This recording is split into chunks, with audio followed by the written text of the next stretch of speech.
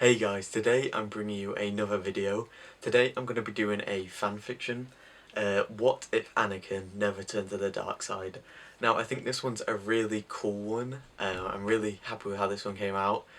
This is just going to be probably part one of multiple episodes because this kind of leaves it on a bit of a cliffhanger. It doesn't fully explain it, and I'd love to go into more detail about it and continue the story into what would happen after this episode. I don't really want to spoil it, but I'm really happy with how this one came out, and I think it's really cool. And I give a really cool reason to why I think Anakin might not turn to the dark side, a reason why he might stick with the light.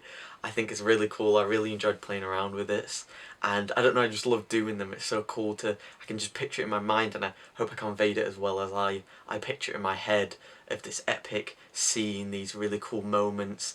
And like I said, I'm planning to do part 2, 3, however many it takes to fully go through the story. So make sure to like if you want me to do more parts, then I know, because I really enjoy it and hope you guys enjoy it. But without further ado, let's get straight into the video. Again, I'd really appreciate if you like and subscribe, and let's get straight into it. We begin in the Jedi High Council chamber, with Anakin sat alone in one of the many chairs outlining the circular room, with nothing but his thoughts, thousands of thoughts flying through his head every second, thinking about what has just happened, trying to process what to do next, and what to make of the situation, knowing that right now Mace Windu and the other Jedi Masters are heading to Palpatine's office to arrest the uncovered Sith Lord. All these things going through Anakin's head with no resolution. The sun slowly setting on the horizon, leaving a slight glow of orange throughout the room. Anakin, with both a worried and angered look, stands up and walks towards the window of the chamber, looking out into Coruscant, towards Padme's home. Padme looking back. Although they cannot see each other, something stronger is in play. They can feel each other's pain, each other's worry. Anakin looks into the distance, his thoughts compiling, about to turn away to do what he thinks is the only way to save Padme. He hears a voice. Hello, young. A voice familiar, yet so unrecognizable to Anakin. He turns around to see Qui-Gon Jinn in the form of a Force ghost. Anakin is shocked at who is standing in front of him. Qui-Gon? Anakin says in a weary voice. Qui-Gon replying, A fine Jedi you have become, but you cannot be misled by the Chancellor, or the Jedi Council, the light or the dark. Qui-Gon continues to speak, reassuring and explaining in a very vague yet useful way. Anakin with so many questions, but stands, not saying a word, instead listening to Qui-Gon in awe of the Force ghost in front of him. Within only these few moments, Qui-Gon manages to connect with Anakin. Anakin exclaims, But what about Padme? Qui-Gon responding, Your thoughts may betray you, but only if you let them. Ultimately, you must do what you think is right.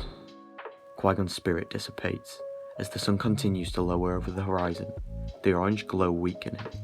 Anakin, albeit still having many questions, now knows what he must do. He rushes out of the Jedi High Council chamber and heads to the Chancellor's office. Anakin finally reaches the Senate building. Now, under the darkness of night, he rushes into the Sith Lord's office and sees Mace Windu standing over Palpatine on the edge of the smashed window. Anakin, walking past the bodies of the fallen Jedi task force, approaches the two. The monologue between Mace Windu and Palpatine plays out like in the film, with Mace telling Anakin not to listen to Palpatine, and so on, all whilst Palpatine is striking Force lightning relentlessly at Windu, until we get to the point where Palpatine is lost, and Windu exclaims that he's going to end it once and for all, and that Palpatine is too dangerous for the courts. Palpatine saying he is too weak, and continuing to try and manipulate Anakin into helping him, but instead Anakin does not. He instead says, in a disappointed and authoritative voice, You have betrayed the Jedi Council, the Senate, the Republic, and me. Palpatine, realizing Anakin is not going to aid him, unleashes his final bit of energy, one hand pointed at each Jedi, striking lightning towards them. Anakin quickly draws his lightsaber and holds off the incoming Force lightning, Windu doing the same as before, however, is struggling profusely due to his fatigue, standing his ground and trying to deflect the Force lightning with his lightsaber. Anakin, still deflecting the immense power of the lightning, strides, step after step, closer and closer towards the Sith Lord. He begins to close the gap, pushing closer and closer towards the window, using all his power, and manages to move forward despite the immense resistance and power being encountered from the Force lightning trying to push him back. Anakin looks over at Windu, realizing that he is beginning to struggle to hold off the Force lightning and is becoming more and more tired. The blue glow of Force lightning intensifies after each step Anakin takes towards Palpatine. Mace Windu, still standing, using all the energy he has left to deflect the Force lightning, Palpatine looks up at Anakin, who is now finally within reaching distance of Palpatine, and stops the Force lightning, drained of his energy with little life left. Windu falls down onto one knee in exhaustion, extremely tired from all the fighting, and looks up towards Anakin, giving him a slight nod. Anakin still has a lot of thoughts and feelings going through his head, however, he knows what he must do. He raises his lightsaber and slashes down towards Palpatine. However, Palpatine, with almost no life in him, rolls off the window edge into the abyss of Coruscant. Mace gathers himself and stands back up off of his knee and back onto 2 feet and holsters his lightsaber. Anakin too uneasily holsters his lightsaber, not knowing that Palpatine had not just yet met his demise.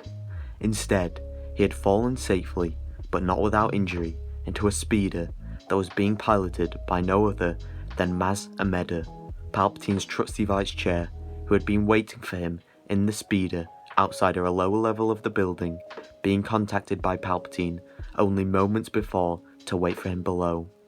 "Where to, Lord Sidious?" Maz Amedda asks, Palpatine replying, "Things have not gone as I foresaw. We must head to the outskirts of Coruscant.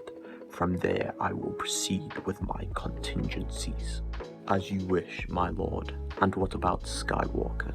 Maz Amedda asked. "The boy is foolish enough to stand with the Jedi, so he will die with the Jedi. He may be powerful, but not powerful enough. Not under the cowardly Jedi." As the speeder descends and rejoins the Coruscant traffic lane, Palpatine reaches into the speeder's compartment and reveals an image caster. He activates the small holo projector, leaving a blue glow against the now hooded figure, and in a powerful and enraged voice states the words, "Execute Order 66, as they disappear into the crowds of speeders throughout the vibrant, bustling traffic lanes. Mace and Anakin stand in silence for a minute, with nothing but the sound of the violent wind blowing past the smashed window, until suddenly, Windu and Anakin feel something. They can feel nothing but death, nothing but darkness, instantly followed by receiving a transmission from Yoda.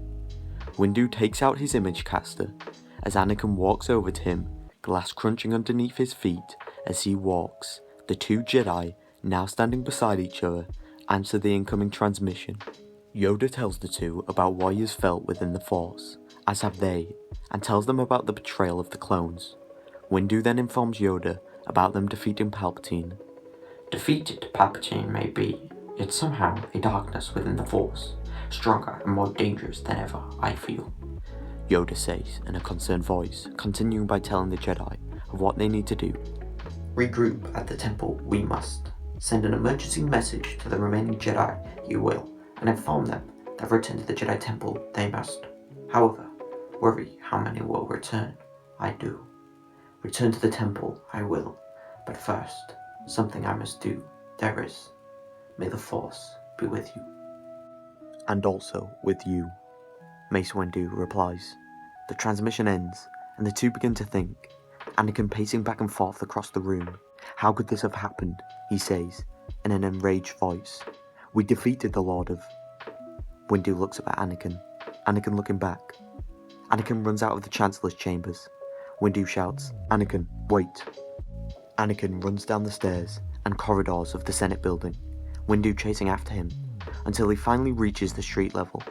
He walks outside into the crowded street, rushing past the oncoming pedestrians, bumping into people, trying to make his way into the middle of the street, only to find the body of the Sith Lord is not there.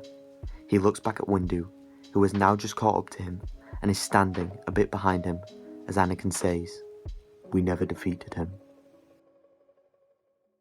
So that's the video for today. I really hope you guys enjoyed. Make sure to comment down below and let me know what you think is going to happen in part 2. I'd really love to hear them. Make sure to like and subscribe again, I'd really appreciate it. These take really long to write, record and edit, so I'd really appreciate it. And I'll catch you all in the next one. Show me the one whose safety deems such destruction.